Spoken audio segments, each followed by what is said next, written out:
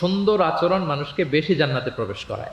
আমরা অনেক সময় ইসলামের এই এসেন্সটা ধরতে পারি না। দেখবেন যে খুব নামাজি স্ত্রীর সাথে খারাপ আচরণ করে, খুব আল্লাহওয়ালা প্রতিবেশীর সাথে ঝগড়াঝাটি, আশেপাশের নেইবরের সাথে, কলিগের সাথে, বন্ধুদের সাথে যে ভালো আচরণ করতে হয়, গুড বিহেভিয়ার করতে হয়, এবং এটাই যে আমাকে সবচেয়ে বেশি জান্নাতে প্রবেশ করানোর মাধ্যম হতে পারে, এটা আমরা ভুলে যাই। প্রাণীদের প্রতি দয়া দেখানো এটা ছোটখাটো কোনো ব্যাপার নয়, এটাই আপনার জান্নাতের কারণ হতে পারে, এটাই আপনার জাহান্নামের কারণ হয়ে যেতে পারে। আল্লাহ রাসূল সাল্লাল্লাহু আলাইহি ওয়া আলিহি ওয়াসাল্লাম বলেন, যে ব্যক্তি অন্যকে দয়া দেখায় না, আল্লাহ তাআলা তার প্রতি দয়া দেখায়। এই দুনিয়াতে যারা আছে তোমরা তাদের প্রতি দয়া দেখাও, যিনি আকাশে আছেন তিনি তোমাদের প্রতি দয়া দেখাবেন।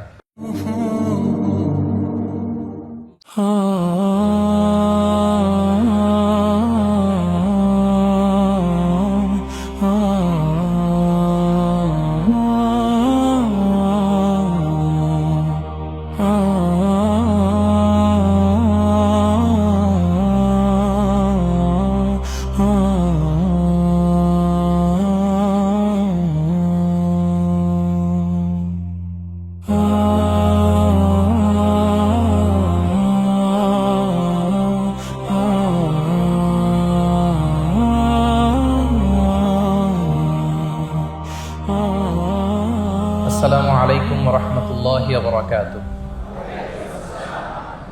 ডিআরএমসি ইসলামিক কালচারাল ক্লাব কর্তৃক আয়োজিত আজকের এই third DRMC national Islamic cultural festival and book fair 2026-এ আপনারা যারা উপস্থিত হয়েছেন তাদের সবাইকে জানাচ্ছি আন্তরিক শুভেচ্ছা এবং মোবারকবাদ।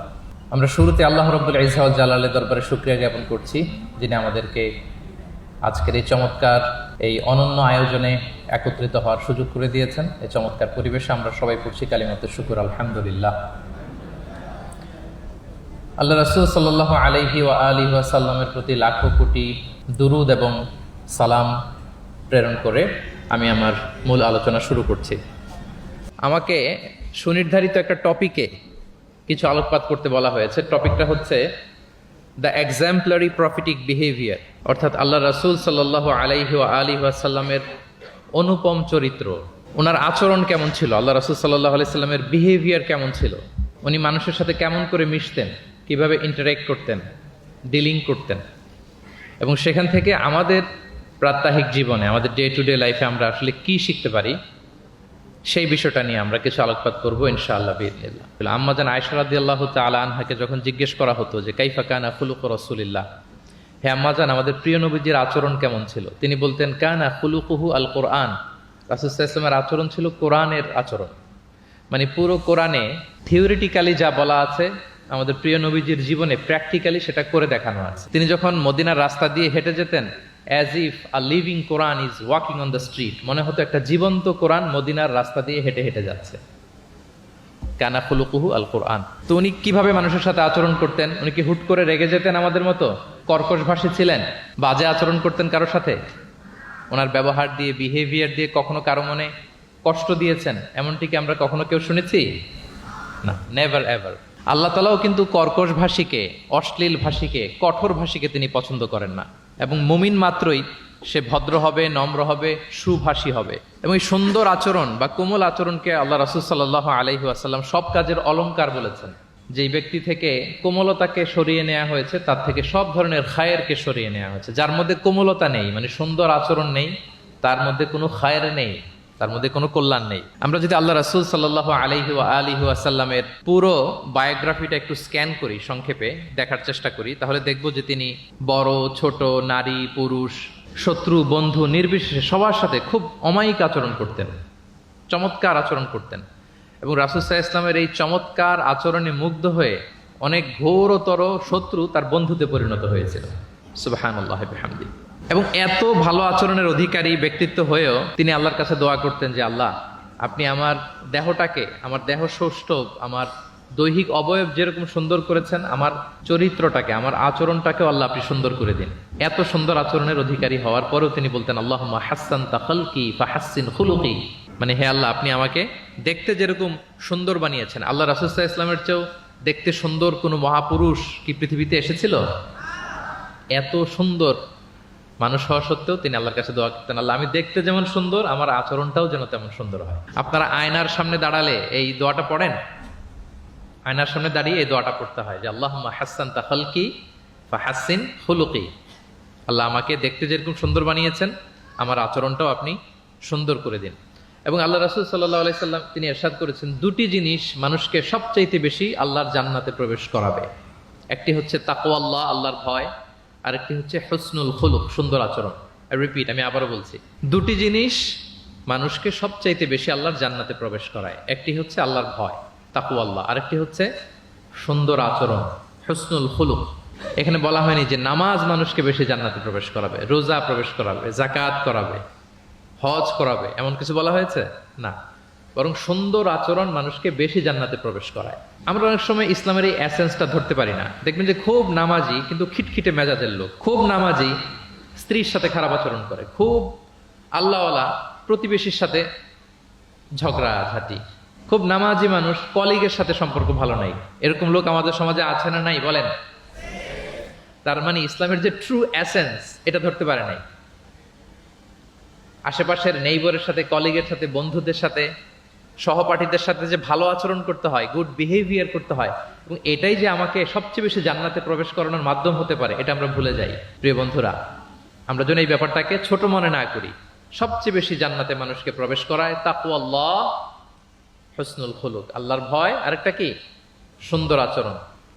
অনেক ছোট ছোট বন্ধুদেরকে আমি দেখতে পাচ্ছি অডিয়েন্সের মধ্যে। আমরা আমাদের সহপাঠীদের সাথে, বন্ধুদের সাথে ভালো আচরণ করবো তো আজকে থেকে? হ্যাঁ, সাউন্ড খুব অল্প হয়েছে, আমি শুনি নাই, আরো জোরে করবো কি না?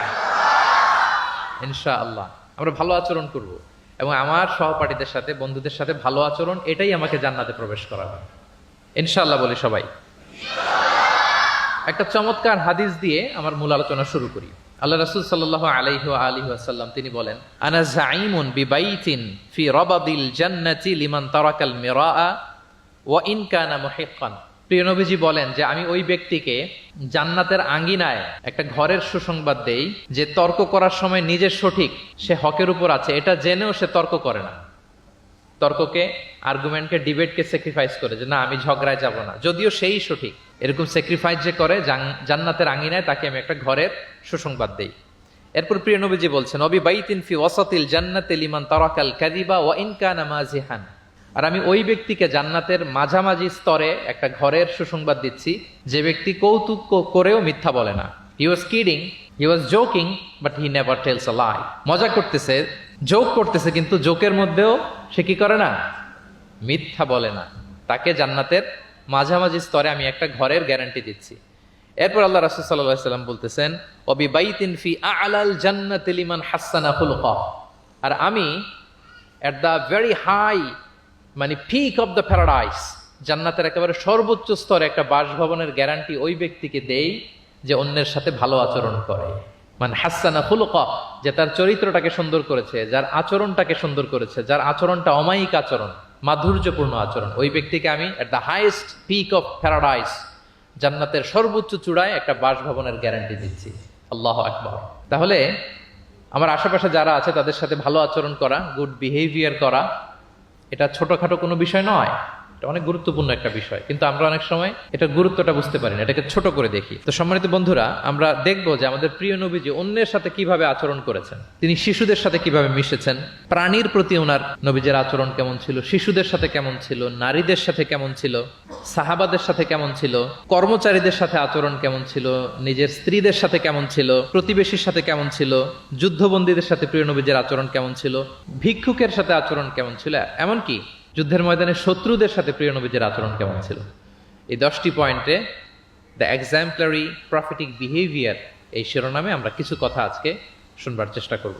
আমরা শুরুতে একটু দেখার চেষ্টা করি যে পশু, পাখি, প্রাণী, এই প্রাণী জগতের প্রতি প্রিয় নবীজির আচরণ কেমন ছিল। প্রিয় নবী যে প্রাণীদের প্রতি খুব দয়াদ্র ছিলেন, তার বায়োগ্রাফিতে, জীবনীতে এরকম অসংখ্য নজির পাওয়া যায়। কারণ আল্লাহ তাআলা তাকে রাহমাতাল লিল আলামিন, ওমা আরসালনাকা ইল্লা রাহমাতাল লিল আলামিন, I've sent you as a mercy for the entire universe। আল্লাহ বলছেন আমি গোটা বিশ্বের জন্য, সবার জন্য আপনাকে ব্লেসিংস এন্ড মার্সি করে প্রেরণ করেছি।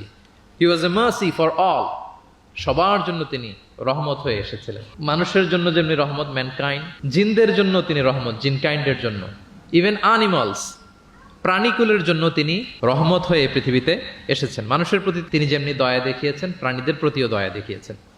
ছোট্ট একটা হাদিস দিয়ে শুরু করি।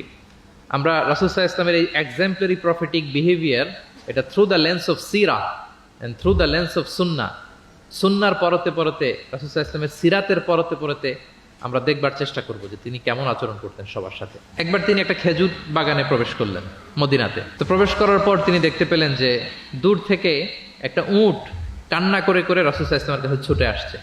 একটা উট কান্না করে আসতেছে। রাসূল সাল্লাল্লাহু আলাইহি ওয়াসাল্লামের দেখে অত্যন্ত দয়া হলো, মায়া হলো যে উটটা কেন কান্না করতেছে, এত এত বেশি কেন কান্না করতেছে। আল্লাহ রাসূল সাল্লাল্লাহু আলাইহি ওয়াসাল্লাম তিনি মমতা ভরে ওনার হাত দিয়ে উটের মাথায় আদর করতে আরম্ভ করলেন। প্রিয় নবীজির এই মমতা মাখা হাত বোলানো পেয়ে উটের কান্না বন্ধ হলো এবং রাসূল সাল্লাল্লাহু আলাইহি ওয়াসাল্লামের কানে কি কি যেন বললো উট, এটা অন্যরা বুঝতে পারছে না। তো এরপর রাসূল সাল্লাল্লাহু আলাইহি ওয়াসাল্লাম খুঁজতে আরম্ভ করলেন যে উটের মালিককে। একজন আনসারী যুবক সাহাবী আসলো। তখন রাসূল সাল্লাল্লাহু আলাইহি ওয়াসাল্লাম বললো যে তোমার এই উট আমার কাছে তোমার ব্যাপারে নালিশ করেছে যে তুমি একে ক্ষুধার্ত রাখো কিন্তু একে দিয়ে অনেক কাজ করাও।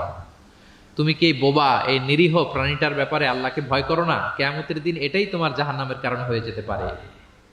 খবরদার, এই নিরীহ প্রাণীটার ব্যাপারে তুমি আল্লাহকে ভয় করো। দেখেন, প্রিয় নবীজি ওটের মাথায় হাত বুলিয়ে ওটের কান্না বন্ধ করেছিলেন এবং ওটের মালিককে ওসিয়ত করেছেন যে খবরদার, প্রাণীর প্রতি কখনো এরকম রূঢ় কঠিন আচরণ করা যাবে না, তাদের প্রতি রহম দিল হইতে হবে। এভাবে আপনি সিরাতের পরতে পরতে অনেক ঘটনা পাবেন। আজকের এই সংক্ষিপ্ত পরিসরে এত এত রেফারেন্স হয়তো আমার উল্লেখ করা সম্ভব হবে না এবং অ্যারাবিক টেক্সটগুলো বলে বলে অর্থ করে শোনানো অনেক সময় লেগে যাবে। আমি শুধু মূল কথাগুলো, বুলেট পয়েন্টসগুলো আপনাদের সাথে শেয়ার করবার চেষ্টা করবো ইনশাআল্লাহ বিইذনিল্লাহ। এই যে প্রাণীর প্রতি দয়া, ইসলামের একটা মূলনীতি হচ্ছে মুমিনের জীবনের প্রতিটি কাজে ইহসানের পরশ থাকতে হবে। আল্লাহ তাআলা আমাদের সব কাজে ইহসানকে আবশ্যক করেছেন। আল্লাহ রাসূল সাল্লাল্লাহু আলাইহি সাল্লাম বলেছেন যে ফাইদা কাতালতুম ফাআহসিনুল কিতলা, কাউকে হত্যা করতে হলেও ইহসানের সাথে হত্যা করতে হবে। ধরুন যে অপরাধের কারণে আদালত কর্তৃক সাব্যস্ত হলো যে একজন মৃত্যুদণ্ড প্রাপ্ত আসামি, তো তাই বলে কি আপনি যা ইচ্ছা তার সাথে করতে পারবেন? তার নাক কেটে ফেলা, কান কেটে ফেলা, তার অঙ্গহানি করা, এলোপাথারি ছুরিকাঘাত করা করতে পারবেন না। ইদা কাতালতুম ফাআহসিনুল কিতলা, এটাও ইহসানের সাথে করতে হবে। দেখেন, হত্যার মতো একটা কাজ ইহসানের সাথে করতে হবে। ওয়া ইদা যাবাহতুম ফাআহসিনুয যাবহা, প্রিয় নবীজি বলেন তোমরা যখন জবেই করবে, কুরবানি করবে, এখানেও ইহসানের সাথে করবে। আল্লাহু আকবার। করতেছি জবাই, করতেছি কি বলেন সবাই আমার সাথে, করতেছি কি জবাই। তার মানে প্রাণীটাকে তো মেরেই ফেলতেছি, কিন্তু প্রিয় নবীজি বলেন এই জবাই করার ক্ষেত্রেও ইহসান করতে হবে। এত সুন্দরভাবে দ্রুত তার গলায় ছুরি লাগাতে হবে যাতে কয়েক সেকেন্ডের মধ্যেই জবাইয়ের কাজটা হয়ে যায়। আপনি ইচ্ছে মতো এলোপাথারি তাকে ছুরি দিয়ে কষ্ট দিতে পারবেন না। মুমিনের প্রতিটি কাজের যেন ইহসানের পরশ থাকে। একবার আল্লাহ রাসূল সাল্লাল্লাহু আলাইহি সাল্লাম এক সাহাবীর পাশ দিয়ে যাচ্ছেন। ওই সাহাবী একটা ভেড়াকে জবাই করার জন্য মাটিতে শুইয়ে পা দিয়ে চেপে ধরে এরপর ছুরি ধার করতেছে। ছাগলটাকে মাটিতে শুইয়ে পা দিয়ে চেপে ধরে এরপরে কি করতেছে? ছুরি ধার করতেছে।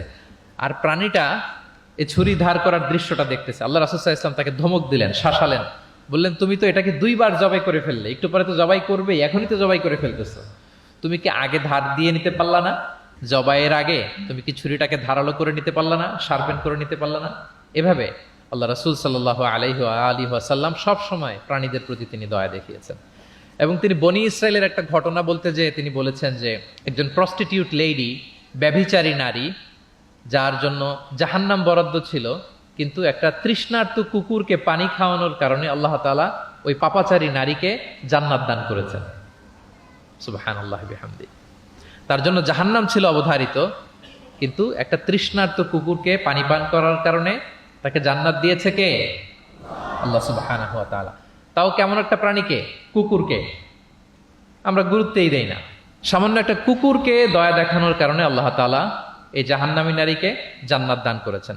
আমরা যদি খেয়াল করি যে আমরা আমাদের সমাজে কুকুর বিড়াল দেখলে কি করি বলেন তো? রাস্তাঘাটে দেখি, অডিয়েন্সের কাছ থেকে আমি একটু শুনি, কি করি আমরা? তাড়িয়ে দেয়। আর কি করি? ঢিল ছুরি। আর কেউ কেউ খাবার দেয়। মাশাআল্লাহ, এই তো, এটাই তো প্রিয় নবীজির সুন্নাহ, আমরা খাবার দিব। এক্স্যাক্টলি। কিন্তু আমি জানি না কেন যেন বাংলাদেশে কুকুর দেখলে, বিড়াল দেখলে কি করে? তাড়ায় দেয়, ঢিল ছোড়ে, লাথি মারে, এরকম করে না অনেক সময়? অপ্রয়োজনে, কোনো প্রয়োজন নেই এটা করে। এবং সবচেয়ে মজার ব্যাপার হচ্ছে মাঝে মাঝে দেখা যায় যে জোড়া লাগা কুকুর যদি দেখা যায়, যে একসাথে দুটো কুকুর, তাদের প্রজননের কারণে তাদের একটা বিশেষ ঋতুতে বিশেষ সময়ে তাদেরকে এটা করতে হয়, এক অদ্ভুত কারণে মানুষ মানে ক্ষিপ্ত হয়ে ওঠে তাদের প্রতি। কিন্তু আমাদের তো মানবিক হওয়া উচিত ছিল, আশরাফুল মাখলুকাত বলে আমরা নিজেদেরকে দাবি করি। আমাদের কি করা উচিত ছিল? ইগনোর করা উচিত ছিল, let them do there job, overlook করার দরকার ছিল।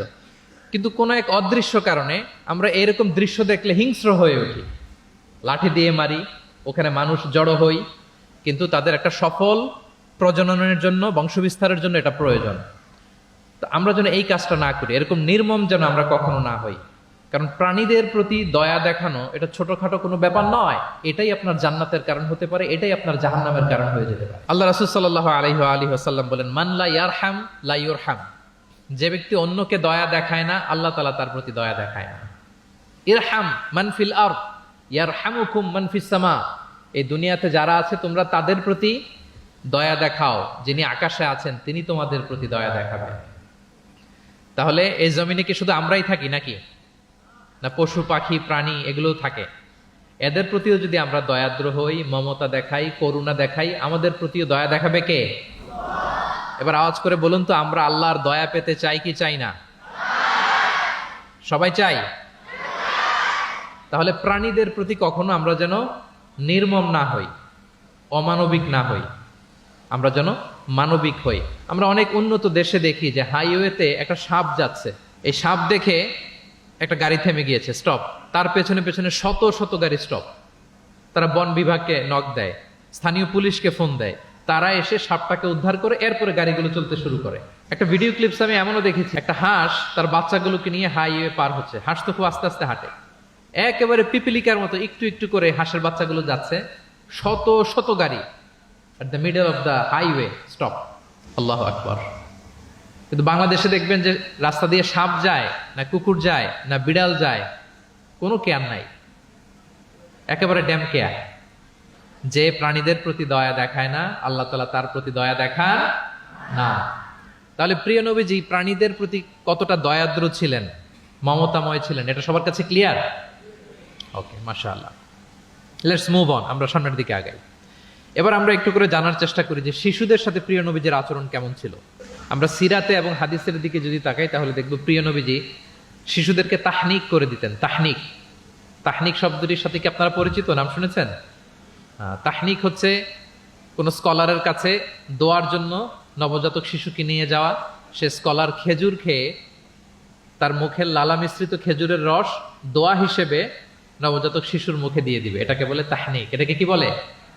আমি করেছি অনেক জায়গায়, অনেক মা বাবা তাদের সন্তানদেরকে নিয়ে এসেছে খেজুর নিয়ে, তা আমরা বিশ্বনবীর সুন্নাহ হিসেবে এটা করে দিয়েছি। আল্লাহ রাসূল সাল্লাল্লাহু আলাইহি সাল্লামের কাছে তাহনিক করতে সাহাবারা আসতো, তিনি শিশুদেরকে পরম মমতায় তাহনিক করে দিতেন।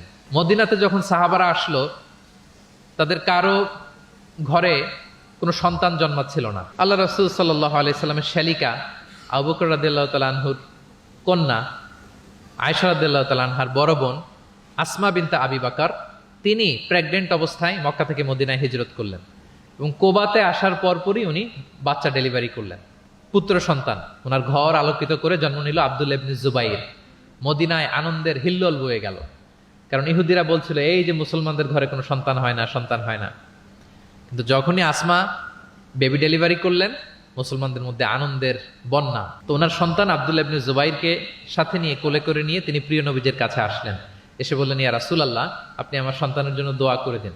আল্লাহ রাসূল সাল্লাল্লাহু আলাইহি ওয়াসাল্লাম একটা খেজুর নিয়ে, খেজুর চিবিয়ে ওনার লালা মোবারক মিশ্রিত বরকতময় লালা নিয়ে, খেজুরের রস নিয়ে আব্দুল্লাহ ইবনে জুবাইরের মুখের মধ্যে দিয়ে দিয়েছেন। ও এজন্য আসমা বিনতে আবু বকর সবসময় গর্ব করে বলতেন যে আমার কলিজার টুকরা সন্তান আব্দুল্লাহর পাকস্থলীতে সর্বপ্রথম পৌঁছেছে প্রিয় নবীর লালা মিশ্রিত খেজুরের রস।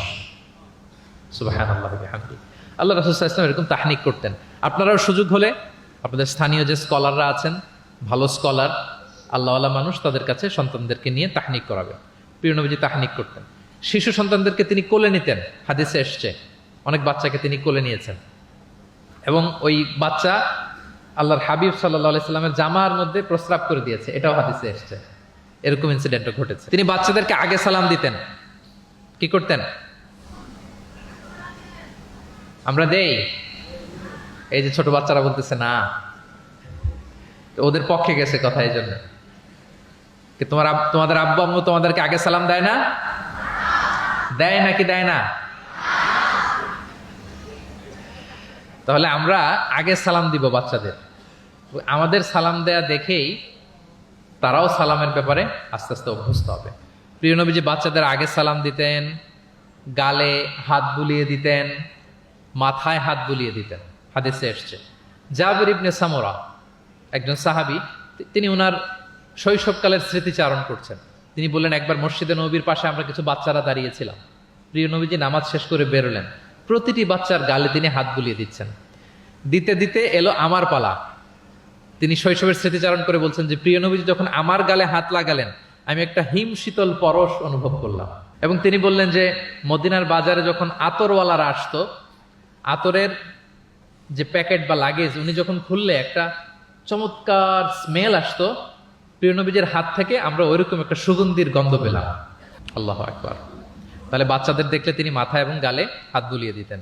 তিনি বাচ্চাদেরকে দেখলে চুমু খেতেন, বাচ্চাদের সাথে খুব মজা করতেন, খেলাধুলা করতেন। হাদিসে এসছে ওনার চাচাতো ভাই যারা আছে ছোট ছোট, তাদেরকে তিনি লাইন ধরে দাঁড় করাতেন আর বলতেন, মান সাবাকা ইলাইয়া ফালাহু কাদা ওয়া কাদা। দেখি কে এসে আমাকে আগে ধরতে পারে, যে ফার্স্ট হবে তাকে এটা দিব, যে আগে ধরতে পারবে তাকে এটা দিব। আল্লাহু আকবার। এবং তারাও আনন্দে উৎফুল্ল হয়ে দৌড়াতে দৌড়াতে কেউ প্রিয় নবীজির বুকের উপরে এসে ঝাপটে পড়তো, কেউ কাঁধে উঠতো, কেউ পিঠে উঠতো, এভাবে দৌড়ে বিষ্ণু ইসলামের কাছে তারা আসতেন। এবং মাঝে মাঝে তিনি শিশুদের মধ্যে কোনো ভুলভাল কিছু দেখলে শুধরে দিতেন। ওমর ইবনে আবি সালামা রাদিয়াল্লাহু তাআলা আনহু তিনি বলছেন, আমি যখন ছোট ছিলাম একবার প্রিয় নবীজির কোলে বসা ছিলাম, আমাদের সামনে খাবার দেয়া হলো, তো আমি খাবারের এখান থেকে নেই ওখান থেকে নেই, এদিক সেদিক থেকে খাবার নিচ্ছি। আল্লাহ রাসূল সাল্লাল্লাহু আলাইহি ওয়াসাল্লাম আমাকে বললেন, ইয়া গোলাম, হে বৎস, সাম্মিল্লাহ, তুমি বিসমিল্লাহ বলো। তাহলে খাওয়ার শুরুতে আমরা কি বলবো? ওয়া কুল বিয়ামিনিক, এবং ডান হাতে খাও। কোন হাতে? কোন হাতে? ডান হাতে। আচ্ছা। ওয়াকুল বিয়ামিনিক ওয়াকুল মিম্মা ইয়ালিক, আর তোমার সামনে যেটা আছে ওখান থেকে খাও। ডানে বায়ে সামনে পিছনে এদিক থেকে ছোটাছুটি করে টানাটানি করো না। তিনি বলেন যে বিশ্বনবী যখন আমাকে এই গাইডলাইন দিলেন, তারপর থেকে আজীবন আমি এই সিস্টেমেই খেয়েছি, আজীবন এই সিস্টেমেই খেয়েছি। তাহলে এটিকেটস অফ হ্যাভিং ফুড, খাবারের যে এটিকেটস রাসূল সাল্লাল্লাহু আলাইহি ওয়াসাল্লাম বাচ্চাকে শিখিয়ে দিলেন। আরেক হাদিসে এসছে সাদাকার খেজুর স্তূপ করা ছিল মদিনায়, জাকাতের খেজুর। হঠাৎ ওনার নাতি, আল্লাহ রাসূল সাল্লাল্লাহু আলাইহি ওয়াসাল্লামের নাতি হাসান রাদিয়াল্লাহু তাআলা আনহু জাকাতের খেজুর একটা নিয়ে খাওয়া শুরু করলেন। ছোট মানুষ, কোনটা জাকাতের খেজুর আর কোনটা খাওয়া যাবে এটা তো উনি বুঝতেন না। ছোট্ট মানুষ জাকাতের খেজুর খাওয়া শুরু করলেন। দূর থেকে প্রিয় নবীজি দেখে দৌড়ে গেলেন, দৌড়ে মুখ থেকে টেনে খেজুরটা বের করলেন। হাদিসে এসেছে প্রিয় নবীজি বলতে আরম্ভ করলেন, ইরমি বিহা কিখ কিখ। এটা একটা আরবিক এক্সপ্রেশন। কিখ কিখ মানে আমরা বাংলায় যেটা বলি ওয়াক, থু থু, থু মেরে ফেলে দাও। হাসান রাদিয়াল্লাহু তাআলা আনহু তিনি বললেন যে না না ভাই, থু মেরে ফেলে দাও। আল্লাহ তাআলা, তুমি কি জানো না আন্না লা নাআকুলু সাদাকা, আমরা হাশিমি খানদান, আমরা কখনো সাদাকার কিছু খেতে পারবো না। আল্লাহু আকবার। তাহলে দ্য কনসেপ্ট অফ হালাল এন্ড হারাম ছোটবেলা থেকে তিনি শিখাই দিলেন নাতিকে। এভাবে শিশুদেরকে আদর করতেন, ভালোবাসা দিতেন, মায়া মমতায় জড়িয়ে রাখতেন এবং ভুল করলে পরম মমতায় শুধরে দিতেন। তাহলে শিশুদের সাথে প্রিয় নবীজির কেমন আচরণ আমরা বুঝতে পারছি। তিনি শিশুদের প্রতি কতটা কনসিডারেট ছিলেন, কতটা তিনি কনসিডারেট ছিলেন আমরা একটা ছোট্ট হাদিস থেকে শুনি। একবার তিনি কোন এক নামাজে দীর্ঘ লম্বা সিজদা করে দিলেন, দীর্ঘ লম্বা, এত লম্বা সিজদা কখনো তিনি করেন না। নামাজ শেষে সাহাবারা জিজ্ঞেস করলেন, ইয়া রাসূলুল্লাহ, আপনি কি সিজদার মধ্যে অসুস্থ হয়ে গেলেন নাকি, অথবা কোরআনের আয়াত নাজিল হলো নাকি? এত দীর্ঘ সিজদা তো ফরজ নামাজে কখনো করতে দেখি না। রাসূল সাল্লাল্লাহু আলাইহি ওয়াসাল্লাম বললেন, কুল্লু যালিকা লাম ইয়াকুন, না একটাও না, ওহিও নাজিল হয়নি, অসুস্থও হয়নি। এবং আমি যখন সেজদায় ছিলাম, আমার নাতি খেলতে খেলতে আমার কাঁধের উপরে চড়ে বসেছে। এখন আমি যদি সেজদা থেকে মাথা উঠাই, তার খেলা তো ইন্টারাপ্ট হয়ে যাবে। এজন্য যতক্ষণ সে মাথার উপরে পিঠের উপরে বসে বসে খেলছিল, আমি সেজদায় লুটিয়ে পড়ে সেজদাটাকে লম্বা করে দিয়েছি। সূক্ষ্ম বিবেচনা বোধ ছিল প্রিয় নবীজির, এবং শিশুদের প্রতি তিনি কতটা কনসিডারেট ছিলেন, এটা ছিল প্রিয় নবীজির শিশুদের সাথে আচরণ। তাহলে প্রাণীদের সাথে তিনি কেমন ছিলেন আমরা জানলাম, শিশুদের সাথে কেমন ছিলেন আমরা জানলাম। এবার আমরা দেখি যে নারীদের সাথে প্রিয় নবীজির আচরণ কেমন ছিল। তিনি নারীদেরকে অত্যন্ত সম্মান করতেন। কি করতেন? সম্মান। তিনি বলতেন, আদ দুনিয়া কুল্লুহা মাতা ওয়া খায়রু মাতা'আদ দুনিয়া আল মারআ সালিহা। পৃথিবীর সব কিছু যা দেখা যায় সব সম্পদ, কিন্তু এর মধ্যে সবচেয়ে দামি সম্পদ হচ্ছে নেককার নারী। কারণ তাদের পেট থেকে পৃথিবীর সব ভালো মানুষ, মহাপুরুষরা এসেছে, আল্লাহর ওয়ালিরা এসেছে, নবীরা এসেছে। নবীরা কাদের পেট থেকে এসেছে বলেন? নবীরা মায়েদের পেট থেকে এসেছে না? এবং তিনি বলতেন, খায়রুকুম খায়রুকুম লি আহলিহি ওয়া আনা খায়রুকুম লি আহলি। তোমাদের মধ্যে সে সবচেয়ে সেরা যে তার পরিবারের কাছে সেরা, মানে স্ত্রীর কাছে সেরা, আর আমি আমার স্ত্রীর কাছে সেরা। প্রিয় নবীজি বলতেন। আল্লাহু আকবার। একবার একদল নারী এবং শিশুকে বিয়ের অনুষ্ঠান থেকে ফেরার পথে তাদেরকে দেখে প্রিয় নবীজি বললেন, তোমরা আমার কাছে সর্বাধিক প্রিয়। নারীদেরকে তিনি অত্যন্ত পছন্দ করতেন এবং সম্মান করতেন, এবং নারীদের সাথে ভালো আচরণ করার ব্যাপারে তিনি আমাদেরকে আদেশ করেছেন। তিনি বলেছেন, ফাস্তাউসু বিন্নিসাই খায়রা, খবরদার নারীদের সাথে রূঢ় আচরণ করো না, খারাপ আচরণ করো না, তাদের সাথে ভালো আচরণ করো। পুরুষদেরকে যেমনি ওটের উপর চড়িয়ে ওট টেনে হিচড়ে নিয়ে যাওয়া হয়, নারীদেরকে যেন এমনি না নেওয়া হয়। তিনি একবার বলছিলেন যে, খবরদার সাওকাকা বিল কাওয়ারির রিফকান বিল কাওয়ারির, মানে নারীদেরকে যখন ওটে চড়িয়ে হাওদাজে চড়িয়ে তোমরা টানো, ওহে সাহাবারা তাড়াহুড়ো করো না, ধীরস্থির ভাবে করো। অর্থাৎ তিনি বুঝাতে চাইলেন, কাওয়ারির মানে হচ্ছে কাচের তৈরি তৈজসপত্র বা বাসনপত্র। আমাদের ঘরে যে কাচের প্লেট, চামচ, গ্লাস আছে, এগুলো যদি সাবান দিয়ে আমাদের ধুইতে হয়, ক্লিন করতে হয়, আমরা কি করি? খুব সাবধানে এটাকে ধরি, রাখি, ক্লিন করি, তাই না? এটাকে খুব সফটলি ডিল করতে হয়। রাসূল সাল্লাল্লাহু আলাইহি ওয়াসাল্লাম সেটাই বললেন, নারীদেরকে কাচের সাথে তুলনা করে বললেন তাদের সাথে এরকম কোমল আচরণ করতে হবে। এবং তিনি বলেছেন, দুনিয়ার প্রতিটি মায়ের পায়ের নিচে আছে তার সন্তানের বেহেশত। সুবহানাল্লাহ। এবং সন্তান জন্ম দিতে যে কোন নারী যদি ইন্তেকাল করে, প্রিয় নবীজি বলেন, ওই নারীকে আল্লাহ তাআলা কিয়ামতের দিন শহীদদের কাতারে দাঁড় করিয়ে দিবেন। আল্লাহ তাআলা যাকে একটি কন্যা দিয়েছেন তার জন্য একটি জান্নাত, দুইটি কন্যা দুইটি জান্নাত, যতগুলো কন্যা ততগুলো জাহান্নামের দরজা ব্লকেজ হয়ে যাবে। সুবহানাল্লাহ। এভাবে তিনি নারীদের সাথে আচরণ করেছেন। নারীরা মদিনার সমাজে প্রিয় নবীজির পেছনে সালাতে অংশগ্রহণ করত। প্রিয় নবীজির পেছনেই তারা সালাতে অংশগ্রহণ করত। এখনো আপনারা মদিনাতে বা মক্কাতে গেলে দেখবেন যে পুরুষদের পাশাপাশি নারীরাও সেখানে সালাতে অংশগ্রহণ করে। প্রিয় নবীজিকে ডিরেক্টলি তারা প্রশ্ন করতেন, কিউএস সেশনে অংশগ্রহণ করতেন, কোশ্চেনিং আনসারিং সেশন। নারীদের মধ্যে থেকে দাঁড়িয়েও তারা প্রশ্ন শুরু করে দিতেন। রাসূল সাল্লাল্লাহু আলাইহি ওয়াসাল্লামের সাথে সফরে অংশগ্রহণ করতেন। এভাবে প্রিয় নবীজি নারীদেরকে একটা মর্যাদার আসনে রেখেছেন, তাদের সাথে এইভাবে তিনি ডিল করতেন। এবার আমরা একটু জানার চেষ্টা করি যে সাহাবাদের সাথে প্রিয় নবীজির আচরণ কেমন ছিল, মানে যারা ছিল প্রিয় নবীজির সাথী তাদের সাথে আচরণ কেমন ছিল। আমরা জানি যে সাহাবারা হচ্ছে প্রিয় নবীজির হাতে গড়া ছাত্র, হাতে গড়া টিম। নবীজির সুখে দুঃখে সবসময় তারা থাকতো এবং প্রিয় নবীজিকে আগলে রাখতো। প্রিয় নবীজির অ্যাকম্পেনি তারা কখনো মিস করতে চাইতো না। এমনকি কখনো কখনো কোনো সাহাবার ক্ষুধা লাগলে তারা প্রিয় নবীজির কাছে এসে বসে থাকতো। তারা বলতো যে প্রিয় নবীজির চেহারার দিকে তাকিয়ে থাকলে আমাদের ক্ষুধা মিটে যেত। নবীজির নুরানি চেহারার দিকে তাকিয়ে থাকলে কি হতো? পেটের ক্ষুধা চলে যেত। যে আয়াত দিয়ে আমি শুরু করেছিলাম, ফাবিমা রাহমাতিম মিনাল্লাহি লিনতা লাহুম ওয়ালাউ কুনতা ফাদদান গালিযাল কলবি লানফাদ্দু মিন হাওলিক। নবী হে, আল্লাহর রহমতে আপনি কোমল হৃদয়ের অধিকারী হয়েছেন, এজন্য সবাই আপনাকে ঘিরে থাকতে চায়, আপনার পাশে থাকতে চায়। আপনি যদি কর্কশ ভাষী হতেন, কঠোর আচরণের অধিকারী হতেন, তাহলে এখন যেমনি আপনার সাহাবারা আপনাকে ঘিরে রাখে, সব সময় আপনার পাশে থাকতে চায়, তারা এমনটি আপনাকে ঘিরে রাখতো না। এবং আল্লাহ রাসূল সাল্লাল্লাহু আলাইহি ওয়াসাল্লামের চেহারায় সবসময় একটা স্মাইলিং ফেস থাকতো, অলওয়েজ স্মাইল। তিনি বলতেন, তাবাসসুমুকা ফি ওয়াজহি আখিকা সাদাকা, your smile to your brother it's a charity. তুমি তোমার ভাইয়ের দিকে তাকিয়ে যে মুচকি হাসি দাও, এতেও আল্লাহ তাআলা তোমার আমলনামায় সাদাকা দেওয়ার সওয়াব দিয়ে দেন। আপনারা মুচকি হাসেন তো? কি মুচকি হাসেন? হ্যাঁ, মুচকি হাসবেন। মুচকি হাসতে পয়সা লাগে না, লাগে?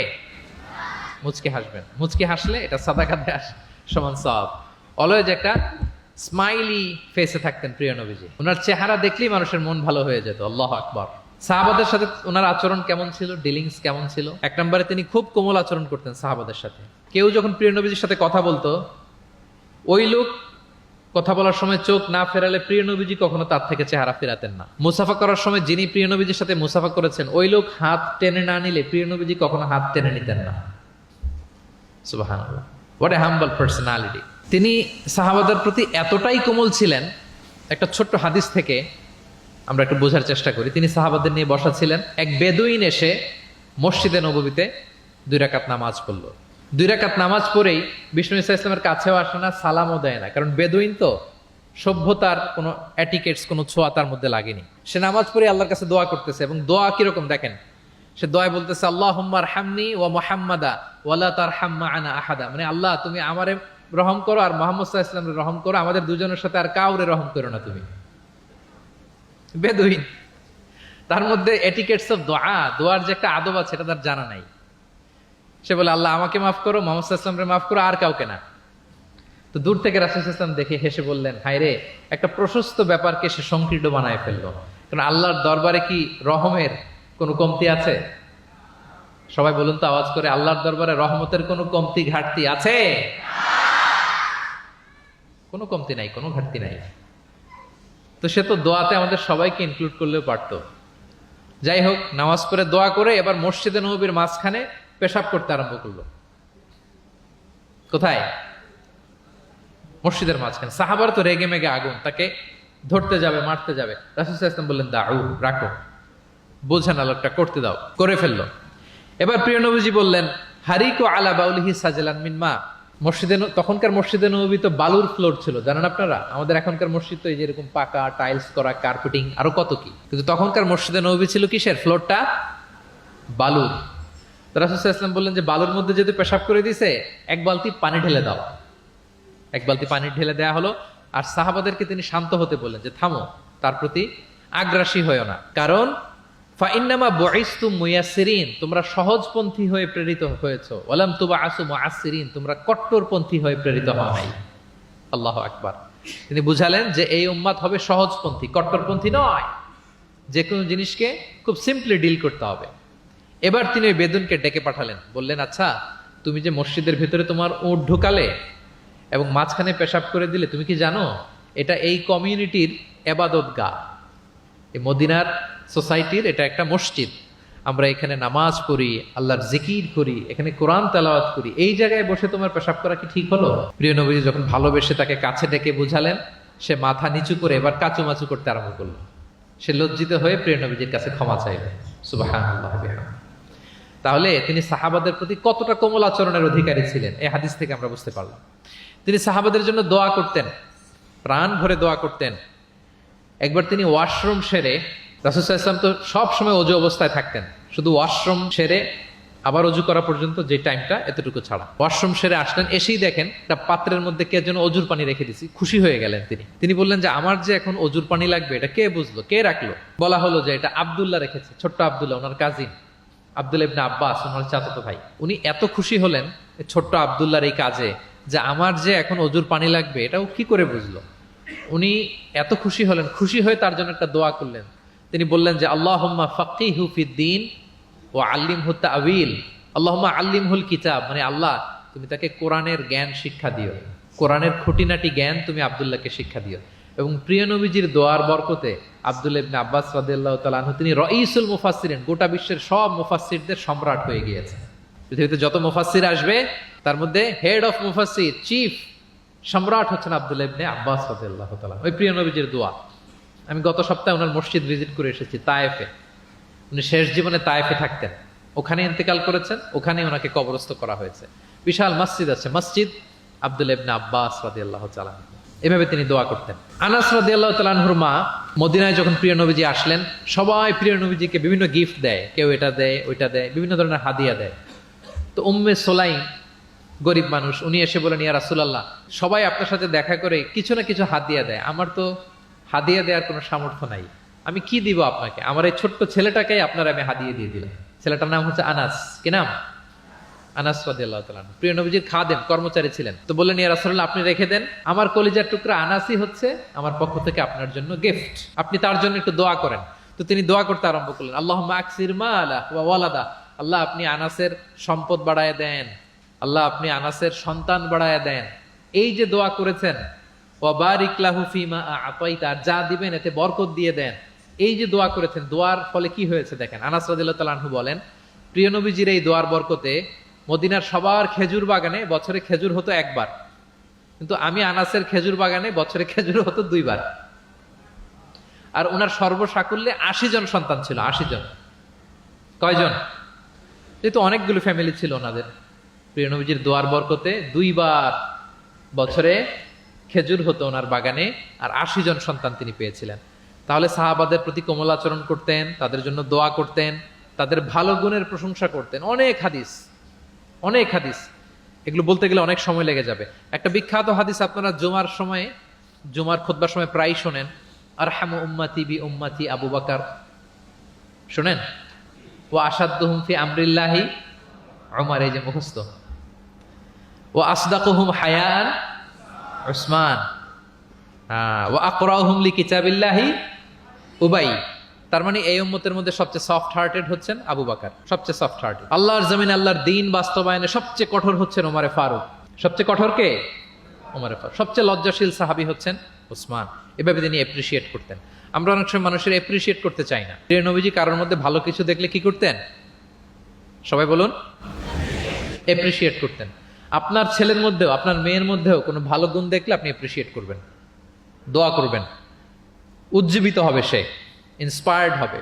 আমরা অনেক সময় আমাদের ছেলে মেয়েদেরকে উৎসাহ দেই না, তার মধ্যে যে কি কারিশমা আমরা জানিই না। মনে করি যে A+ পাইলেই বুঝি সফল। A+ পায় নাই, পাশের ঘরের কেউ পাইছে, বলে যে যা ওর পা ধোয়া পানি খা। এরকম বলে না বাংলাদেশে? নিজের ছেলে A+ পায় নাই, পাশের ঘরের একজন পাইছে, তো কি বলে? তার পা ধোয়া। এইটা বলে কিন্তু ওর মনোবল আপনি শুরুতেই নষ্ট করে দিলেন, ভেঙে দিলেন। না, ওর মধ্যে হয়তো অন্য ধরনের কোনো যোগ্যতা আছে, অন্য ধরনের ক্যালিবার আছে। সো তাদেরকে অ্যাপ্রিশিয়েট আমাদেরকে করতে হবে। প্রিয় নবীজি যে কোনো সাহাবীর মধ্যে যে কোনো ভালো গুণ দেখলে তিনি অ্যাপ্রিশিয়েট করতেন। আবু মুসা আল-আশআরী রাদিয়াল্লাহু তাআলা আনহুর কণ্ঠটা ছিল বড় চমৎকার। তিনি একবার বললেন, ইয়া আবা মুসা লাকাদ উতিতা মিজমার মিন মাজামিরি আলি দাউদ। দাউদ নবীর গলায় আল্লাহ যে সুরের ঝংকার দিয়েছে, এই উম্মতের মধ্যে আল্লাহ তোমার গলায় সেই সুরের লহরী ঢেলে দিয়েছে। সুবহান। তো তিনি বলেন, ইয়া রাসূলুল্লাহ, আমি তো আপনার সামনে কখনো কোরআন তেলাওয়াত করিনি, আমার গলায় যে সুর আছে আপনি কি করে বুঝলেন? প্রিয় নবীজি বলেন, গত রাতে তোমার ঘরের পাশ দিয়ে যাচ্ছিলাম, তুমি যে তেলাওয়াত করছিলে আমি দরজার বাইরে, ঘরের দেয়ালের বাইরে দাঁড়িয়ে দাঁড়িয়ে শুনছিলাম। আবু মুসা বলে, ইয়া রাসূলুল্লাহ, আপনি শুনছিলেন, এটা যদি আমি টের পেতাম আমি ফজর পর্যন্ত শুধু তেলাওয়াত করতেই থাকতাম। সুবহানাল্লাহ পড়বেন না? তাহলে আমরা যেন অ্যাপ্রিশিয়েট করি। প্রিয় নবীজি অ্যাপ্রিশিয়েট করতেন, সাহাবাদেরকে যথাযথ তারবিয়া দিতেন, তাদের সাথে মাঝে মাঝে রসিকতা করতেন, খোশ গল্প করতেন, সাহাবীদের সাথে একসাথে মিলেমিশে কাজ করতেন। মসজিদ নির্মাণের ঘটনা আমরা জানি, কোবা মসজিদ, মসজিদে নববী। এমন না যে চেয়ারে বসে থেকে এই তোমরা মসজিদ বানাও, না। একজন ট্রু লিডারের বৈশিষ্ট্য হচ্ছে উনি সামনে এগিয়ে যাবেন, ওনাকে দেখে দেখে ফলোয়াররা ফলো করবে, ঠিক কিনা? প্রিয় নবীজি নিজে মাটি বহন করেছেন, পাথর বহন করেছেন, নিজে খন্দকের পরীক্ষা খনন করেছেন, পেটে পাথর বেঁধেছেন। এটা ছিল সাহাবাদের সাথে প্রিয় নবীর ইন্টারাকশন, ডিলিংস, মেলামেশা। এবার আমরা একটু দেখি যে প্রিয় নবীর যারা খাদেম ছিলেন, কর্মচারী ছিল, তাদের সাথে কেমন আচরণ ছিল। আমরা তো আমাদের বাসায় পান থেকে চুন খসলেই হাত তুলে ফেলি কাজের লোকদের গায়ে, এরকম দেখি না আমরা? দেখেছেন পত্রপত্রিকায়? খুব বেশি মানুষের অধিকার নিয়ে কথা বলে, মানবাধিকার কর্মী, কিন্তু ঘরের গৃহ কর্মী যারা আছে পিটিয়ে একেবারে পিঠ লাল করে ফেলছে, এরকম দেখি না আমরা? কথা আর কাজের কোনো মিল নাই। কিন্তু প্রিয় নবীজির বায়োগ্রাফি যদি আমরা স্ক্যান করি তাহলে দেখবো আম্মা জান আয়েশা রাদিয়াল্লাহু তাআলা আনহা বলেন, তিনি কখনো তার কোনো কর্মচারীর গায়ে হাত তুলেননি। আরে হাত তোলা তো দূর কি বাত, তিনি কটু কথাও বলেন নাই, ধমকও দেন নাই। সরাসরি ওনার খাদেম আনাস রাদিয়াল্লাহু তাআলা আনহুর জবানবন্দি শুনুন। ডিরেক্ট কারো ব্যাপারে জানতে হলে আপনি তার ড্রাইভারের কাছ থেকে খোঁজ পাবেন, কর্মচারীর কাছ থেকে খোঁজ পাবেন, মানে ঘরের কাজের বুয়ার কাছ থেকে খোঁজ পাবেন, দারোয়ানের কাছ থেকে খোঁজ পাবেন। বিশ্বনবীর দারোয়ান বা কর্মচারীর কাছ থেকে শুনেন ওনার আচরণের ব্যাপারে। আনাস রাদিয়াল্লাহু তাআলা আনহু বলেন, আমি 1 বছর 2 বছর নয়, টানা 10 বছর বিশ্বনবীর খাদেম ছিলাম। কয় বছর? এই 10 বছরের এই লং পিরিয়ড অফ টাইমে কখনো তিনি আমার কোনো কাজে বিরক্ত হয়ে এই শব্দটা বলেন নাই।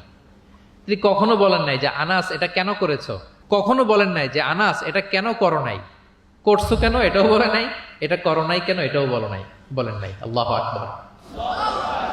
একবার তিনি ওনার একটা জামা আনতে পাঠালেন আনাসকে, যে আনাস আমার এই জামাটা নিয়ে আস। ছোট্ট আনাস আনতে যে মদিনার রাস্তায় দেখে যে বাচ্চারা খেলাধুলা করে, তো জামা আনার কথা ভুলে যে সেও বাচ্চাদের সাথে খেলা দেখতে আরম্ভ করছে। এখন আল্লাহ রাসূল সাল্লাল্লাহু আলাইহি ওয়াসাল্লাম অনেকক্ষণ বসে আছেন, কি রে, আমার জামা তো আসে না, আনাসও আসে না, ঘটনা কি? আসে না। তিনি বললেন যে যাই, কি আর করা, নিজের জামা নিজেই নিয়ে আসি। বের হলেন, বের হয়ে দেখেন মদিনার এক গলির মধ্যে মদিনার অন্যান্য বাচ্চাদের সাথে প্রিয় নবীজির আনাস সেখানে দাঁড়িয়ে আছে। তিনি চোখ বড় করলেন না, চোখ লাল করলেন না, ধমক দিলেন না, শাসালেন না, উনিও আস্তে করে আনাস রাদিয়াল্লাহু তাআলা আনহুর পিছনে যে দাঁড়িয়ে রইলেন। দেখেন খেলা দেখে, এদিকে দেখে ওদিকে দেখে, দেখতে দেখতে হঠাৎ আনাস রাদিয়াল্লাহু দেখেন যে পিছনে কে দাঁড়িয়ে আছে, স্বয়ং প্রিয় নবীজি দাঁড়িয়ে আছে। উনি ভয় পেয়ে গেলেন। আল্লাহ রাসূল সাল্লাল্লাহু আলাইহি সাল্লাম আনাস রাদিয়াল্লাহু তাআলা আনহুকে কিছুই বললেন না, ধমক দিলেন না, শাসালেন না, পিট্টি দিলেন না, জাস্ট এ স্মাইল, শুধু একটা মুচকি হাসি দিলেন। কি দিলেন? আনাস রাদিয়াল্লাহু তাআলা আনহু বলেন, সেদিনের বিশ্বনবীর সেদিনের মুচকি হাসির শাসন মৃত্যুর আগ পর্যন্ত আমাকে সোজা পথে রেখেছে। তাহলে প্রিয় বন্ধুরা, শাসন করতে জানলে বেদ দিয়ে শাসন করতে হয় না, গায়ে হাত তুলতে হয় না, ধমকাতে হয় না। শাসন করতে জানলে সামান্য একটা মুচকি হাসি দিয়ে শাসন করা যায়, ঠিক কিনা বলেন? কর্মচারীদের সাথে বিশ্বনবী সাল্লাল্লাহু আলাইহি ওয়াসাল্লামের আচরণ ছিল ঠিক এমন। এবার আমরা দেখি স্ত্রীদের সাথে কেমন আচরণ করতেন তিনি। স্ত্রীদেরকেও তিনি আগে সালাম দিতেন। স্ত্রীদেরকে কি করতেন? আগে সালাম দিতেন। আমাদের মধ্যে একটা ভুল বোঝাবুঝি আছে, আমরা অনেক সময় মনে করি যে না, স্ত্রীদের হয়তো আগে সালাম দিতে হবে, স্বামীরা সালাম দিবে না, এরকম একটা টেন্ডেন্সি থাকে। এটা ভুল। সবাইকে আগে সালাম দেওয়ার একটা কম্পিটিশন আমাদের মধ্যে থাকতে হবে। সালাম মানে হচ্ছে শান্তি। সালাম মানে কি? শান্তি। আপনি যদি ঘরে শান্তি ঢুকাতে চান, আগে সালাম দিবেন। আমাদের ঘরটা, আমাদের প্রত্যেকের পরিবার, ঘর, সংসার, এটা শান্তিময় হোক। বলুন তো, আমরা চাই কি চাই না? তাহলে এই ঘরে আমরা সালাম ঢুকাবো। কি ঢুকাবো? আওয়াজ করে সবাই বলুন, কি ঢুকাবো? ঘরে যেই প্রথমে কি করব আমরা? ঘরে যেই আমরা সালাম দিয়ে ফেলবো, আসসালামু আলাইকুম, দেখবেন যে কোনো ঝগড়া নাই, কোনো অশান্তি নাই। অনেকে বলে যে হুজুর ঘরের ভেতরে শুধু অশান্তি, অনেক অশান্তি, অনেক ঝগড়া। এরকম হয় আপনাদের হয়? এর কারণ হচ্ছে শান্তির পয়গাম আমরা ঘরে ঢুকাই নাই। শান্তির পয়গাম আমরা ঘরে ঢুকাই নাই। ঘরে ঢুকে আমরা সালাম দিব। প্রিয় নবীজি আগে সালাম দিতেন। আম্মা জান আয়েশা বলেন যে অনেক চেষ্টা করেছি আমি দিব, লুকিয়ে থাকতাম মাঝে মাঝে, কিন্তু অনেক দূরে থেকে বিশ্বনবী বলে ফেলতেন আসসালামু আলাইকুম রাহমাতুল্লাহ। স্ত্রীদেরকে আগে সালাম দিতেন। মসজিদ থেকে, নামাজ থেকে বের হয়ে স্ত্রীদেরকে ঘর পর্যন্ত পৌঁছে দিতেন। ঘরের ছোটখাটো কাজে তিনি সহায়তা করতেন। নিজের জামা সেলাই করতেন, মাঝে মাঝে জামা থেকে, চুল থেকে উকুন বের করতেন, হাদিসে আছে। ছাগলের দুধ নিজে দহন করতেন, হাদিসে আছে।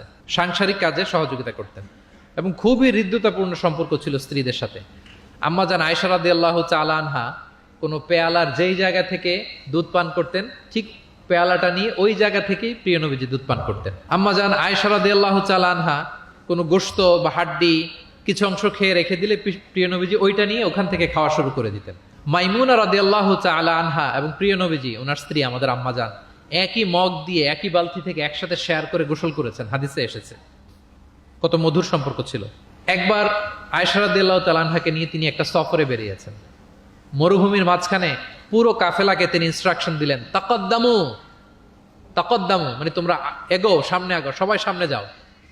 পুরো কাফেলা সামনে চলে গেল। এবার মরুভূমির মাঝখানে কেউ নাই, প্রিয় নবীজি আর আয়েশা রাদিয়াল্লাহু তাআলা আনহা। আল্লাহ রাসূল সাল্লাল্লাহু আলাইহি ওয়াসাল্লাম বললেন যে আয়েশা, চলো আমরা একটু দৌড় প্রতিযোগিতা করি, দেখি কে কার আগে দৌড়াতে পারে। তো দুজনেই দৌড়ালেন। ওই সময়টাতে আম্মা জান আয়েশা রাদিয়াল্লাহু তাআলা আনহা বয়স কম ছিল, একটু গড়নে পাতলা ছিলেন। উনি দৌড়ে ফাস্ট হয়ে গেলেন, আগে চলে গেলেন। প্রিয় নবীজি পেছনে পড়ে রইলেন। ঠিক একই ঘটনার অবতারণা ঘটলো আরো কয়েক বছর পরে, আরেক সফরে। আবারও প্রিয় নবীজি সবাইকে বললেন তাকাদ্দামু, মানে পুরো কাফেলা সামনে যাও। কাফেলা আবার সামনে চলে গেল। মাঝ রাতে প্রিয় নবীজি আবার আম্মা জান আয়েশাকে বললেন যে আয়েশা, চলো আজকেও আমরা একটু দৌড় প্রতিযোগিতা করি। কিন্তু কয়েক বছরের ব্যবধানে আম্মা জান আয়েশা রাদিয়াল্লাহু তাআলা আনহা তখন একটু হেলদি হয়ে গেছেন, আগের মতো আর জোরসে দৌড়াতে পারছেন না। ওই দিন প্রিয় নবীজি আম্মা জান আয়েশাকে পেছনে ফেলে তিনি সামনে চলে গেলেন। আম্মা জান আয়েশা রাদিয়াল্লাহু তাআলা আনহা পেছনে পড়ে রইলেন। তো প্রিয় নবীজি আয়েশা রাদিয়াল্লাহু তাআলা আনহাকে বলেন, ইয়া আয়েশা হাদিহি বিতিলকা সাবকা, ওই যে বছর কয়েক আগে তুমি আমাকে হারায় দিছিলে, আজকে তোমাকে হারায় দিলাম। 3-4 বছর আগে তুমি হয়ে গেছিলা চ্যাম্পিয়ন, আমাকে হারাই দিছো, আজকে ওটার শোধবাদ করে নিলাম, সমান সমান হয়ে গেল। আল্লাহু আকবার। কি সুমধুর, কি অমায়িক, কি জান্নাতি সম্পর্ক ছিল। তাই বলে স্বামী স্ত্রীর মাঝে যে কোনো খুনসুটি, মিষ্টি ঝগড়া মনোমালিন্য চলতো না এমনটা না, চলতো, সবার জীবনেই থাকে, এটা প্রিয় নবীজির জীবনেও ছিল।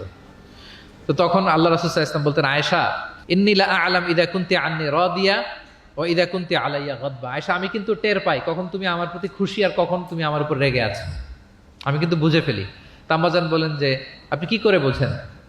রাসূল সাল্লাল্লাহু আলাইহি ওয়াসাল্লাম বললেন, যখন তুমি আমার উপর রেগে থাকো তখন দোয়া করার সময় তুমি বলো রব্বি ইব্রাহিম, মানে হে ইব্রাহিমের রব আপনি আমাদেরকে ক্ষমা করেন, হে মুসার রব আপনি আমাদেরকে ক্ষমা করেন।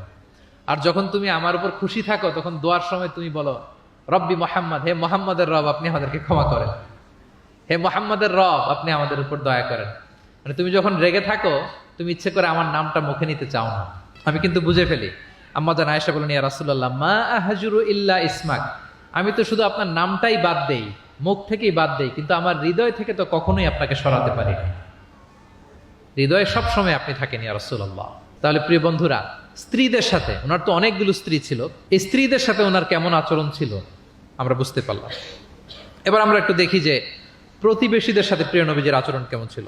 আল্লাহ রাসূল সাল্লাল্লাহু আলাইহি ওয়াসাল্লাম সবসময় প্রতিবেশীদের সাথে অত্যন্ত ভালো আচরণ করতেন। তিনি বলতেন, মান কানা ইউমিনু বিল্লাহি ওয়াল ইয়াউমিল আখির ফালইউকরিম জারাহ, যে আল্লাহ বিশ্বাস করে এবং আখিরাতে বিশ্বাস করে সে যেন প্রতিবেশীর সাথে ভালো আচরণ করে, প্রতিবেশীকে যেন সম্মান করে। এবং আবু যার গিফারি রাদিয়াল্লাহু তাআলা আনহুকে তিনি বলতেন যে, আবু যার তুমি যদি মারাক রান্না করো, মানে ঝোল, আমরা নেহারি খাই না গরুর পায়া দিয়ে, গরুর পায়া দিয়ে যে ঝোল রান্না করে এটাকে কি বলেন আপনারা? নেহারি। তো তিনি বললেন যে আবু যার যখন নেহারি রান্না করবে, ঝোল জাতীয় কিছু রান্না করবে, পানি একটু বেশি দিও যাতে তোমার প্রতিবেশীর সাথে তুমি শেয়ার করতে পারো। প্রতিবেশীর ব্যাপারে কতটা কনসার্ন ছিলেন তিনি। এবং তিনি বলতেন, লাইসাল মুমিন আল্লাযী ইয়াশবা ওয়া জারুহু জাইউন ইলা যামবি, সে ব্যক্তি মুমিন নয় যে নিজে পেট পুরে খায় কিন্তু তার প্রতিবেশীরা অভুক্ত থাকে, না খেয়ে থাকে, সে ব্যক্তি কখনো প্রকৃত মুমিন হতে পারে না। এবং মজার ব্যাপার হচ্ছে, ভালো আচরণের জন্য, সদাচরণের জন্য প্রতিবেশী মুসলিম হওয়া আবশ্যক নয়। আই রিপিট, আমি আবারও বলছি, ব্যাপারটা এমন না যে আমার মুসলিম প্রতিবেশী ভালো আচরণ করব, আমার হয়তো বৌদ্ধ প্রতিবেশী বা হিন্দু প্রতিবেশী, এজন্য ওদের সাথে আমি ভালো আচরণ করব না। ব্যাপারটা কি এমন না? নেইবরের ক্ষেত্রে মুসলিম হোক অমুসলিম হোক, প্রতিবেশী হলেই তার সাথে আমাদের ভালো আচরণ করতে হবে। বিশ্বনবীর এক ইহুদি প্রতিবেশী ছিল, ইহুদি। তো সেই প্রতিবেশীর ছোট্ট একটা ইহুদি সন্তান ছিল, প্রায় বিশ্বনবীর কাছে এসে প্রিয় নবীজির টুকিটাকি কাজ করে দিতেন। তো হঠাৎ অনেক দিন হয়ে গেল ইহুদি ছেলেটা আসে না, তার কোনো দেখা নেই। প্রিয় নবীজি ভাবলেন হয়তো কোনো সমস্যা হয়েছে, তাকে দেখে আসে। তার বাড়িতে যেয়ে দেখলেন যে ছেলে বড্ড অসুস্থ, প্রচন্ড অসুস্থ হয়ে কাতরাচ্ছে, বিছানায় শুয়ে আছে। রাসূল সাল্লাল্লাহু আলাইহি ওয়াসাল্লাম তার পাশে বসলেন, তার মাথায় হাত বুলিয়ে দিলেন এবং ইহুদি ছেলেটার দিকে তাকিয়ে বললেন, আসলিম, অর্থাৎ তুমি ইসলাম ধর্ম গ্রহণ করো। দেখেন প্রিয় নবীজির স্ট্র্যাটেজি, দেখেন এই ছেলের সাথে অনেক দেখা হয়েছে, প্রিয় নবীজির বাসায় এসেছে, কাজ করে দিয়েছে, কিন্তু এই ইহুদির বাচ্চাটাকে কখনো দিনের দাওয়াত তিনি দেন নাই। কেন? কারণ তিনি একটা ভালো সময়ের অপেক্ষা করতেছিলেন। তিনি দেখলেন যে this is the right time to give দাওয়া, এখনই সুন্দর সময়, কারণ সে অসুস্থ অবস্থা, একের মুমূর্ষ কাতর, এখন দাওয়াত দিলে এটা কাজে লাগবে। তিনি বললেন, আসলিম, ইসলাম ধর্ম গ্রহণ করো। তো পাশেই তার ইহুদি বাবা দাঁড়িয়েছিল। ফানাযারা ইলা ওয়াজহি আবি, এটা বলার সাথে সাথে ইহুদি ছেলেটা বাবার দিকে তাকালো যে দেখি বাবা কি বলে। তার বাবা, ইহুদি বাবা বলতে আরম্ভ করলো, আতি আবুল কাসেম, মানে আবুল কাসেম যা বলে তুমি তাই শোনো। প্রিয় নবীজির প্রথম সন্তান হচ্ছে কাসিম। আমাদের দেশে হয় না যে বড় মেয়ের নাম ধরেন যে সুমাইয়া, তো বলে যায় সুমাইয়ার বাবা, সুমাইয়ার বাবা বলে না? বা ধরেন যে ছেলের নাম, বড় ছেলে আব্দুল্লাহ, বলে যায় আব্দুল্লাহর বাবা কোথায়? তো আরবেও এই প্রচলনটা ছিল। রাসূল সাল্লাল্লাহু আলাইহি ওয়াসাল্লামের প্রথম সন্তানের নাম ছিল কাসিম, তো ফলে ওনাকে ডাকা হতো কাসিমের বাবা তখন পর্যন্ত, আবুল কাসিম, আবুল কাসিম। ইহুদি বলে, ছেলেটাকে বলে আতি আবুল কাসেম, মানে আবুল কাসেম যা বলে তাই শোনো। এবার রাসূল সাল্লাল্লাহু আলাইহি ওয়াসাল্লাম দেখলেন যে এখনই তো সুযোগ, তিনি পড়তে আরম্ভ করলেন যে তুমি আমার সাথে সাথে পড়ো। এবার ছেলেটা পড়তে আরম্ভ করলো, আশহাদু আল্লাহ ইলাহা ইল্লাল্লাহ ওয়া আশহাদু আন্না মুহাম্মাদান আবদুহু ওয়া রাসূলুহু। রাসূল সাল্লাল্লাহু আলাইহি ওয়াসাল্লাম বের হয়ে আসলেন আর পড়তে আরম্ভ করলেন, আলহামদুলিল্লাহিল্লাযী আনকাযাহু মিনান নার, প্রশংসা সে আল্লাহর যে আল্লাহ তাআলা যে কিছুক্ষণ আগে জাহান্নামের পথযাত্রী ছিল তাকে এই শাহাদাতের মাধ্যমে মুহূর্তেই জান্নাতি বানিয়ে দিলেন।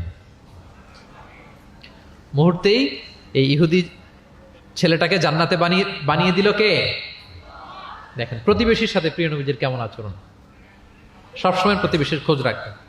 সো আমরা আমাদের আশেপাশে যারা আছে একটু যেন খোঁজ রাখি। এখন তো এই যে অ্যাপার্টমেন্ট কালচারে কে প্রতিবেশী, কার দরজা খোলা, কে কোন দিকে থাকে আমরা জানিই না।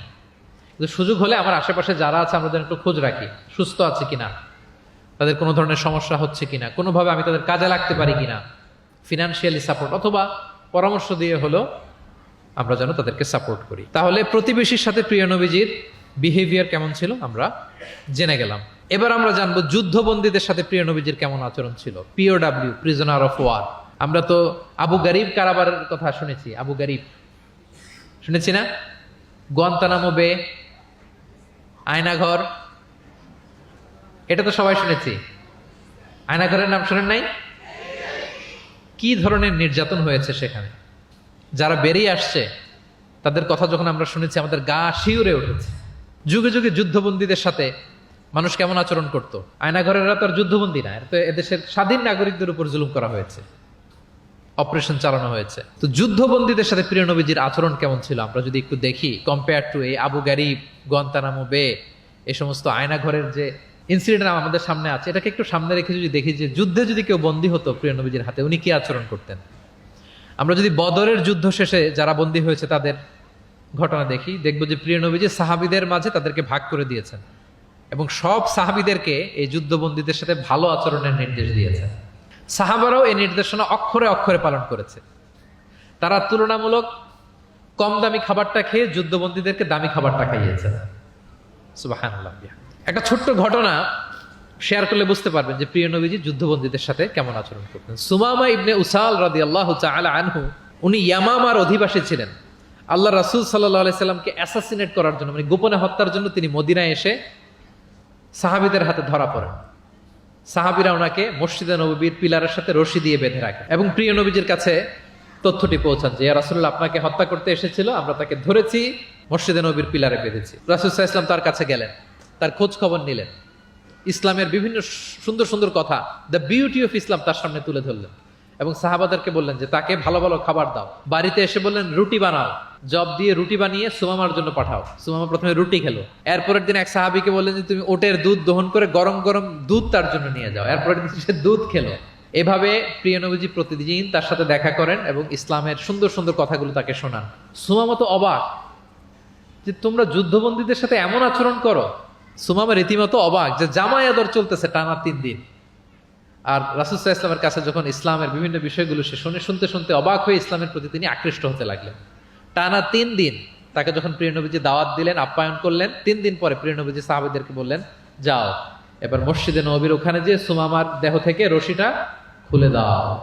সাহাবারা বললেন ইয়া রাসূলুল্লাহ সে ভয়ঙ্কর খুনি, সে অত্যন্ত ভয়ঙ্কর, আপনি তাকে চিনেন না। প্রিয় নবীজি বললেন আমি যা বললাম তাই করো, যাও তার রশিটা খুলে দাও। সাহাবারা যে এবার সুমামার রশিটা খুলে দিল। সুমামা তখন মসজিদ থেকে বের হয়ে মসজিদে নববীর পাশে একটা কুয়া ছিল, ওই কুয়ার ওখানে যে গোসল করলেন, গোসল করে অজু করে আসলেন। এসে মসজিদে নববীর সামনে দাঁড়িয়ে সাক্ষ্য দিলেন আশহাদু আল্লাহ ইলাহা ইল্লাল্লাহ ওয়া আশহাদু আন্না মুহাম্মাদান আবদুহু ওয়া রাসূলুহু। এবার তিনি বললেন হে আল্লাহর রাসূল আমি সাক্ষ্য দিচ্ছি আল্লাহ ছাড়া কোনো ইলাহ নেই এবং আপনি আল্লাহর প্রেরিত রাসূল। তিনি বললেন হে মুহাম্মদ এতদিন আপনার চাইতে কোনো অপ্রিয় চেহারা আমার কাছে ছিল না, সবচেয়ে অপছন্দ করতাম আপনাকে, কিন্তু এই মুহূর্তে থেকে আপনার চাইতে কোনো প্রিয় ব্যক্তিত্ব আমার জীবনে আর নাই। হে মুহাম্মদ মদিনার চাইতে নিকৃষ্ট কোনো স্থান আমার কাছে ছিল না, কিন্তু আজ থেকে মদিনার চাইতে পবিত্র কোনো জায়গা আমার কলিজায় নাই। হে মুহাম্মদ আজ পর্যন্ত ইসলামের চাইতে অপছন্দনীয় কোনো ধর্ম আমার কাছে ছিল না, কিন্তু এই মুহূর্ত থেকে ইসলামের চাইতে কোনো প্রিয় ধর্ম আমার কাছে না। আল্লাহু আকবার, আল্লাহু আকবার। যুদ্ধবন্দীদের সাথে বিষ্ণু ইসলাম কেমন আচরণ করেছেন।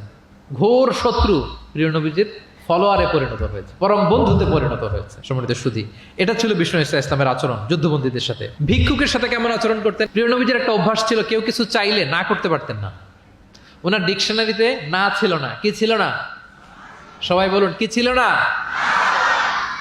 কেউ এসে কোনো ফরিয়াদি চাইবে, উনি বলবেন না, এটা উনি বলতে পারতেন। একবার ওনার কাছে মাত্র একটা জামা, কয়টা জামা? মাত্র একটা জামা। এক ফরিয়াদি এসে বললেন ইয়া রাসূলুল্লাহ আমাকে একটা জামা দেন। উনি তো না করতে পারেন না, ওইটাই খুলে দিয়ে দিলেন। এবার তো উনি পড়তেও পারেন না জামা, বাইরেও বেরোতে পারেন না, খালি গায়ে কি করবেন? আল্লাহ আয়াত নাজিল করলেন ওয়াল্লাযীনা ইযা আনফাকু লাম ইউসরিফু ওয়া লাম ইয়াকতুরু ওয়া কানা বাইনা যালিকা কাওয়ামা। এর অর্থ হচ্ছে যারা দান করে, দান হওয়া উচিত এমন কৃপণতাও করবে না, আবার অতিমাত্রাও করবে না, মাঝামাঝি। তো বুঝাতে চাইলেন নবী জামা যদি দুটো থাকতো তো একটা দিতেন, ছিল কয়টা? এটাই যে দিয়ে দিয়েছেন, এখন আপনি গায়ে রাখবেন কোনটা?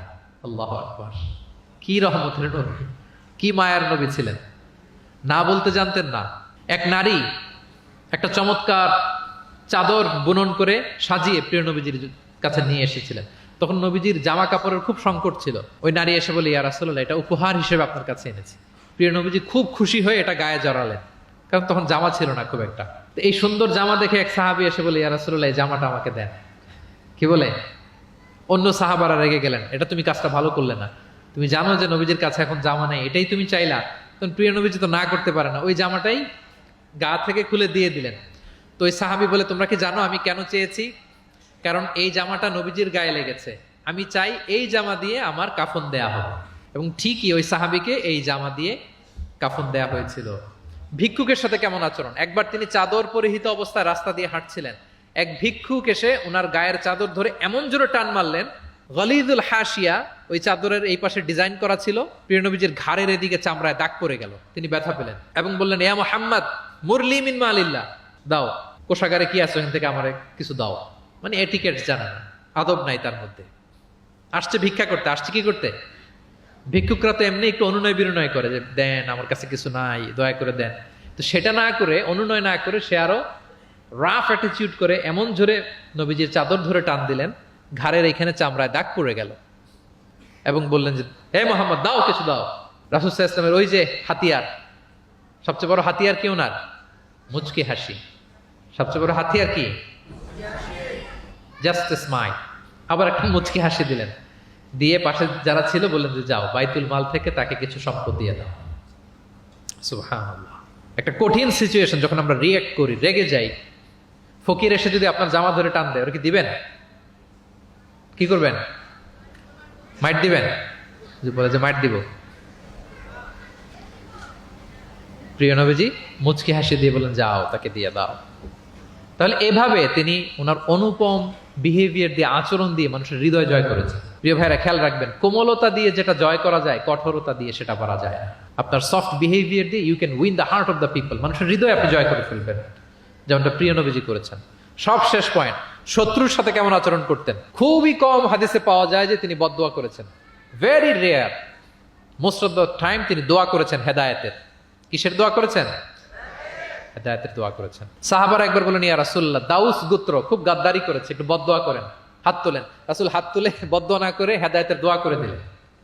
বললেন যে, আল্লাহুম্মা হদি দাউসান ওয়াতি বিহিম, আল্লাহ দাউসকে আপনি হেদায়েত দেন আর মুসলিম বানিয়ে আমার কাছে নিয়ে আসেন। ঠিকই প্রিয় নবীজির দোয়ার বরকতে দাউসের ৮০টা ফ্যামিলি মুমিন হয়ে কিছুদিন পরে প্রিয় নবীজির কাছে চলে এসেছে।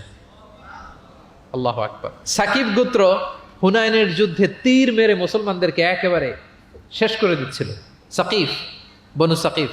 সাহাবারা আবার বলেন, ইয়া রাসূলুল্লাহ, হাত তোলেন, একটু দোয়া, একটু বদদোয়া করেন, আল্লাহ যেন ওদেরকে ধ্বংস করে দেয়, আল্লাহ যেন ধ্বংস করে দেয়। রাসূল সাল্লাল্লাহু আলাইহি ওয়াসাল্লাম আবার দোয়া করলেন যে, বাল আরজু আইয়ুখরিজাল্লাহু মিন আসলাবিহিম মান ইয়াবুদুল্লাহ ওয়াহদাহু ওয়া লা ইউশরিকু বিহি শাইআ।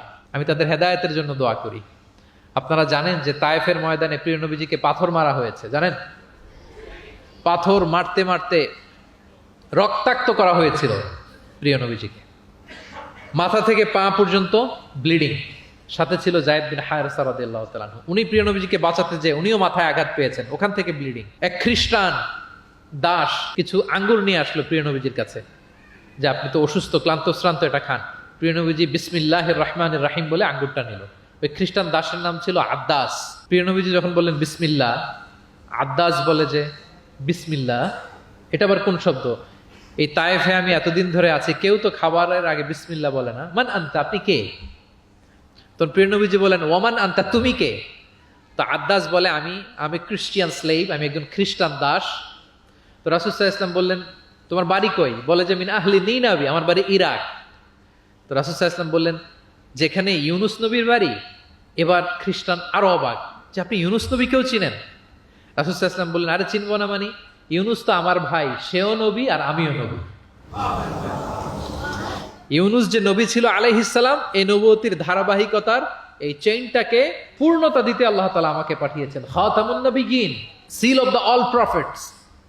আদ্দাস অবাক হয়ে গেল।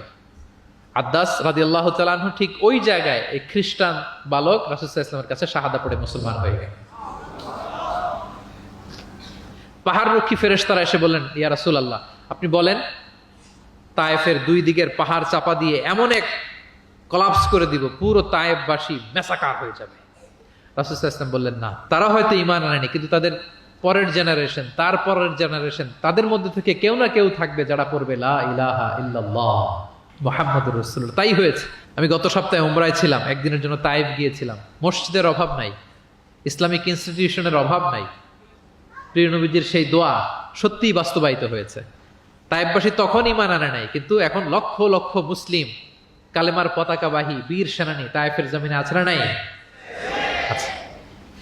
শত্রুদের সাথে তিনি এমন আচরণ করেছেন। উহুদের ময়দানে রক্তাক্ত হয়েছেন, দাঁত ভেঙেছে, হেলমেট ভেঙে দন্দন মোবারক শহীদ হয়েছে বিশ্বনবীর। কিন্তু হেদায়েতের দোয়া করেছেন। তিনি বলেছেন, আল্লাহুম্মা হদি কওমি ফাইন্নাহুম লা ইয়ালামুন। আল্লাহ, আমার কওমকে আপনি মাফ করেন, ওরা চিনে নাই, বুঝে নাই।